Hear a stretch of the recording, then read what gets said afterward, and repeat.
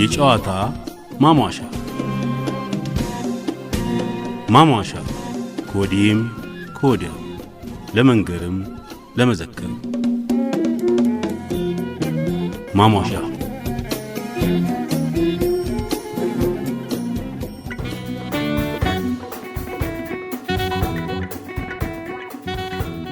ኑሮውን ለማሳደግ ከፈለክ ይህችን ልጅ ወደ ንጉሡ ሰዳት።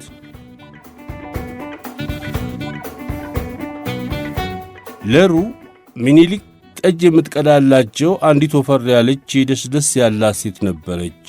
ስሟ ደስላ ነው ይላል የካቶሊኩ ሚስዮናዊ አባ ጃሮሶ እንደ አውሮፓ አቆጣጠር ጁላይ 1 ቀን 1910 በጻፉት ደብዳቤ ልጅቱ የወሎ ኦሮሞ ናት ይላሉ። ብዙውን ጊዜ ፈረንጅ ጸሐፊዎች በአገራችን ስም አጠራር ላይ ስህተት ያደርጋሉ። እንደዚያ ሁሉ ለሩ ደስታን ደስላ ብሎ እንደሆነ ወይም ስሟ በእርግጥ ደስላ መሆኑን ለማረጋገጥ ሞክሬ ነበር፣ አልሆነልኝም ይላል ጋሽ ጳውሎስ ኞኞ በሚኒሊክ መጽሐፉ። ለሩ ከጻፈው እንመልከት። አንድ ቀን ማታ አንዲት ገረድ በጆሮዋ ላይ ቀስ ብለሽ በጨለማ ውስጥ እንሂድ፣ ይሁዳ አንበሳ ለተከበረ አልጋው አብቅቶሻል አለቻት ይላል። ደስታ መቃ የመሰለ አንገት የነበራት ውብ የደስ ያላትና ብልህ ሴት ስለነበረች ሚኒሊክ በወዳጅነት ለብዙ ወራት ወደዋት ቆዩ። እያደር ግን ሆዷ እየገፋ ይታይ ጀመር።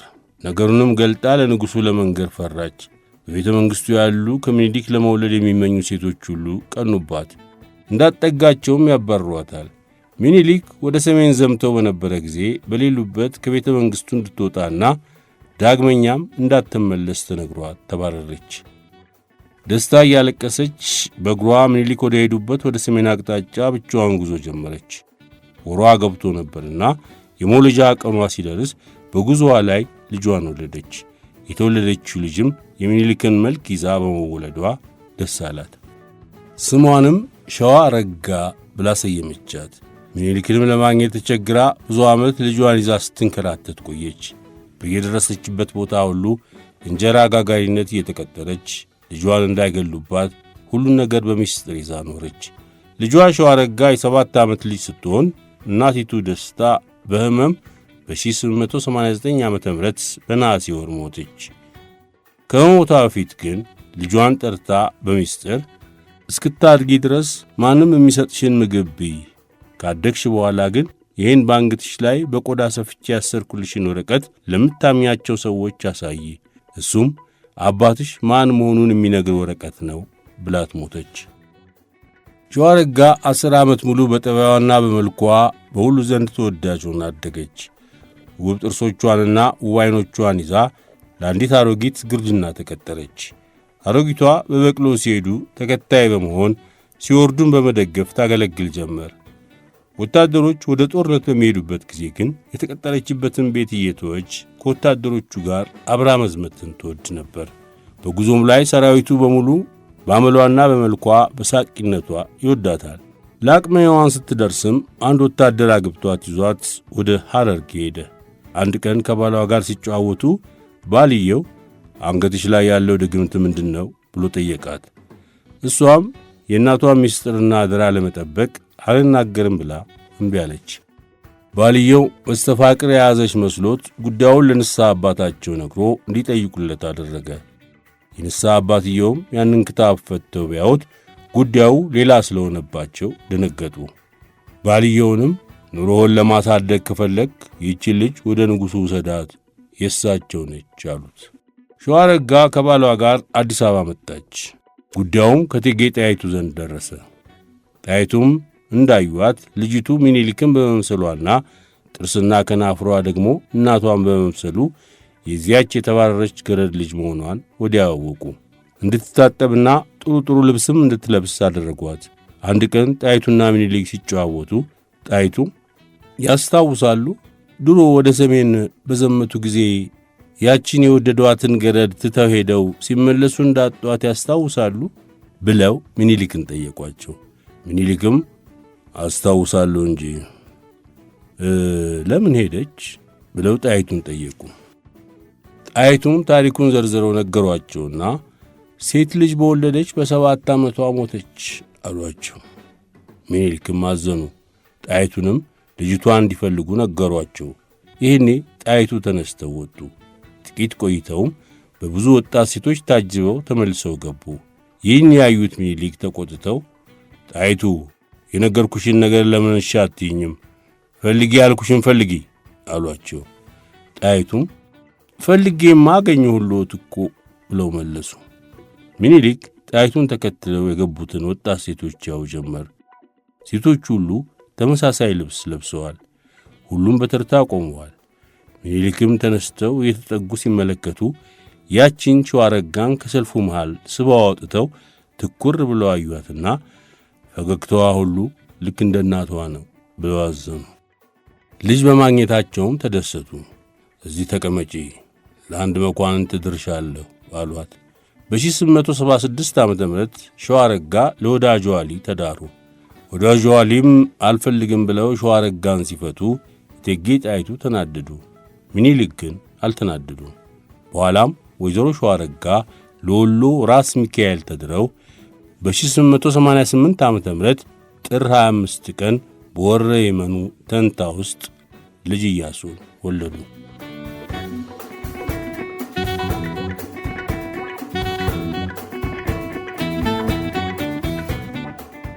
ጠንቃቃ ንዑስ ከበርቴ።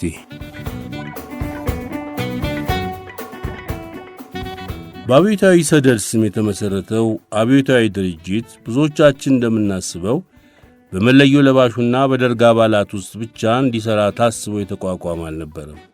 በዚያን ወቅት በአባላት ብዛት፣ በድርጅታዊ አቅምና አብዮታዊ ዝግጁነት የአፓ ቅድሚያውን ሲይዝ፣ መኢሶንም ከእነሱ ብዙ የሚያንስ አልነበረም። በተለይም መኢሶን ከደርግ ጋር መተባበር ከፈቀደበት ጊዜ ጀምሮ ከመንግሥት የገንዘብም የድርጅትም ድጋፍ ያገኝ ስለነበረ ወደ መጨረሻ አካባቢ አቅሙ የደረጀ ነበር። ሌሎች ከኢህአፓና ከመኢሶን ጋር ሲወዳደሩ አናሳ ነበሩ። ይሁን እንጂ የሰደድ አመሰራረት ከኢህአፓና ከመኢሶን መጠንከር ጋር የተያያዘ እንደነበር እገምታለሁ።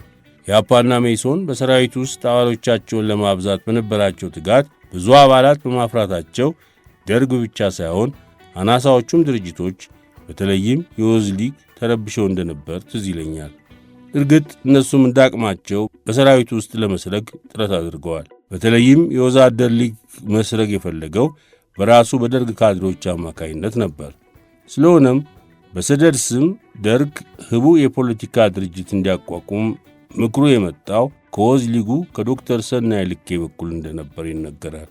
ሻምበል ፍቅረ ሥላሴ በእኛና አብዮቱ መጽሐፍ እንደጠቀሰው በየቦታው የተመደቡት የሕዝብ ድርጅት ካድሬዎች አላሰራ ስላሉ እነሱን ለማስታገስ ሰደድ በታህሳስ 1968 ዓ.ም ተቋቋመ ማለቱ ስጋት እንደነበረና ስጋቱን ለመቆጣጠር ደርግ ሰደድ የሚባል ህቡ ድርጅት እንዳቋቋመ ያኔ በደርግ ዙሪያ የነበርን ሁሉ የምናውቀው ክስተት ነው። የአብዮታዊ ሰደድን ለማደራጀት ለምን እንዳስፈለገ ፕሬዝዳንት መንግሥቱ የሰደድ አባላትን አመላመል በተመለከተ እንዴት ይካሄድ እንደነበረ እኔን እንደ ምሳሌ ወስጄ በመጠኑ ለማስረዳት እሞክራለሁ ይላሉ ተክለማርያም መንግሥቱ አንድ ለመንገድ ለታሪክ ግብዓት በሚለው መጽሐፋቸው። ምልመላው ይከናወን የነበረው ፕሬዝዳንት መንግሥቱ የሚፈልጉትን ሰው ቢሮአቸው እየጠሩ በማነጋገር ነበር። ውጭ አገር ለፖለቲካ ትምህርት ለመጀመሪያ ጊዜ የተላከው ቡድን የተመለሰው በጥቅምት 1968 ዓ.ም ሰደድ የተቋቋመው በታህሳስ 1968 ዓ.ም በመሆኑ በመጀመሪያ የተጠሩት እነሱ መሆን አለባቸው። የእኔ ቡድን አባላት በጥር ወር ለአጭር ጊዜ ሥልጠና ከተላክንበት ከሞስኮ እንደተመለስን አንዱን ቀን ፕሬዝዳንት መንግሥቱ ቢሮ እጠራለሁ። ያኔ ሊቀመንበር ነበሩ። ዕለቱ እሁድ እንደነበረ ትዝ ይለኛል። በተጠራውበት ሰዓት እንደደረስኩ በረዳታቸው በመቶ አለቃ መንግሥቱ ገመቹ አማካይነት እየተመራሁ ቢሮአቸው ስገባ እሳቸው መሃል ሻምበል ለገሰ በቀኝ ተቀምጠዋል። አንድ ወንበር ለተመልማይ ተዘጋጅቷል። ለክብራቸው የሚገባቸውን ሰላምታ እንደሰጠው ጤንነቴን ጠይቀው በተዘጋጀው ወንበር ላይ እንድቀመጥ ጠቆሙኝ። ሳይዘገዩም ስለ ጠራውበት ጉዳይ ማስረዳት ጀመሩ። እንደተለመደው ስለ አብዮቱ አነሳስ እድገትና በወቅቱ የሚገኝበትን ሁኔታ፣ የወዳጅና የጠላት አሰላለፍና ወደፊት ስለሚጠብቀን ትግል ገለጹልኝ። ቀጥለውም ልዩ ልዩ የፖለቲካ ድርጅቶች እንደተፈጠሩ ዋና የአብዮቱ ጠንሳሽ የሆነውን መለዮ ለባሽ የራሳቸው ለማድረግ መሃሉ ገብተው እየሰሩ እንደሆነና ይህ ሰራዊት የተለያየ ዓላማ ባላቸው ልዩ ልዩ የፖለቲካ ድርጅቶች ከተከፋፈለ በትንሽም ጠብ እርስ በርሱ ሊታኮስ የሚችልበት ሁኔታ ሊፈጠር እንደሚችል፣ ይህ ደግሞ ለአብዮታችን በጣም አደገኛ እንደሆነ አስረዱኝ። መፍትሄውም ቀድመን የራሳችን የሆነ አንድ አሰባሳቢ የፖለቲካ ድርጅት በሰራዊቱ ውስጥ ማደራጀት እንደሆነ፣ ለዚህም አንተ መሠረትህ ወታደር ስለሆነ የዚሁ ድርጅት አባል እንድትሆንና በማደራጀቱም ሥራ እንድታግዝ አስበን ፈቃደኝነትህን ለመጠየቅ ነው የጠራንህ ብለው ደመደሙ። ድርጅታዊ አሰራር ወይም መደራጀት ፕሬዝዳንቱ ባስረዱኝ መልኩ ምን ማለት እንደሆነ ከዚያ በፊት ከማንም ሰምቼ ስለማላቅ ስለተነሳው ጉዳይ መልስ ለመስጠት ግራ አለኝ። እነ ሌኒን በህቡ ተደራጅተው በህቡ እየተንቀሳቀሱ የዛሩ መንግሥት እንዴት እንደጣሉ ተምሬያለሁ። ወታደራዊ መንግሥት ግን የነ ሌኒን አይነት በህቡ መደራጀት ሳያስፈልገው ንጉሡን ከዙፋናቸው አውርዶ ሥልጣኑን ይዟል። እንደገና ወደ ህቡ ድርጅትነት መመለሱ የተፈለገበት ምክንያት ምንድን ነው ብዬ በነበረኝ ጊዜ ራሴን ጠየቅኩ። ለጥያቄያቸው መልስ መስጠት አስፈላጊ ስለሆነ እንደምንም አንሰራርቼ አዎ ያሉት ትክክል ነው፣ ሰራዊቱ በፖለቲካ አተያይ ከተራራቀ በትንሽ ጠብ ሊጋጭና ሀገሪቱን ችግር ውስጥ ሊጥል ይችላል። ስለሆነም ሌሎች ሳይቀድሙ በፖለቲካ ድርጅት ማዋቀሩ ጠቃሚ ነው። ለእንደዚህ ያለው ሥራ ግን እኔ የምመጥን አይመስለኝም። ምክንያቱም የፖለቲካ ድርጅቱ በህቡ የሚደራጅና የሚሠራ እስከሆነ ድረስ በማይታወቁ ሰዎች ቢደራጅ ተገቢና ውጤታማ ይሆናል። እኔ ግን መንግሥት ውጪ ልኮ ያስተማረኝ የመንግሥት ሎሌ መሆኔ እየታወቀ እንዴት ህቡ ልሆን ይችላለሁ ስል መልስ ሰጠው። መልሴ አላስደስታቸውም። ሆኖም እሺ ሌላ ጊዜ አነጋግርሃለሁ ብለው አሰናበቱኝ። ይሁን እንጂ ከዛ በኋላ ማንም ሰው ስለ ሰደድ ሳያነሳብኝ እስከ 1968 ዓ.ም መጨረሻ ድረስ ሚኒሊክ ግቢ ከርማለሁ። በዚያን ጊዜ የወሰድኩት አቋም ድንገት እዛው ያመጣልኝ እንጂ አስቤበት ወይም ከልምድ ባገኘው ጥንቃቄ አልነበረም። እንዲሁ በነሲብ ነበር።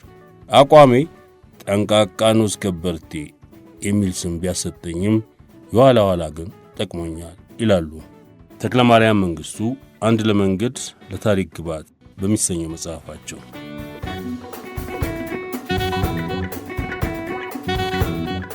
ሲኬሌሌ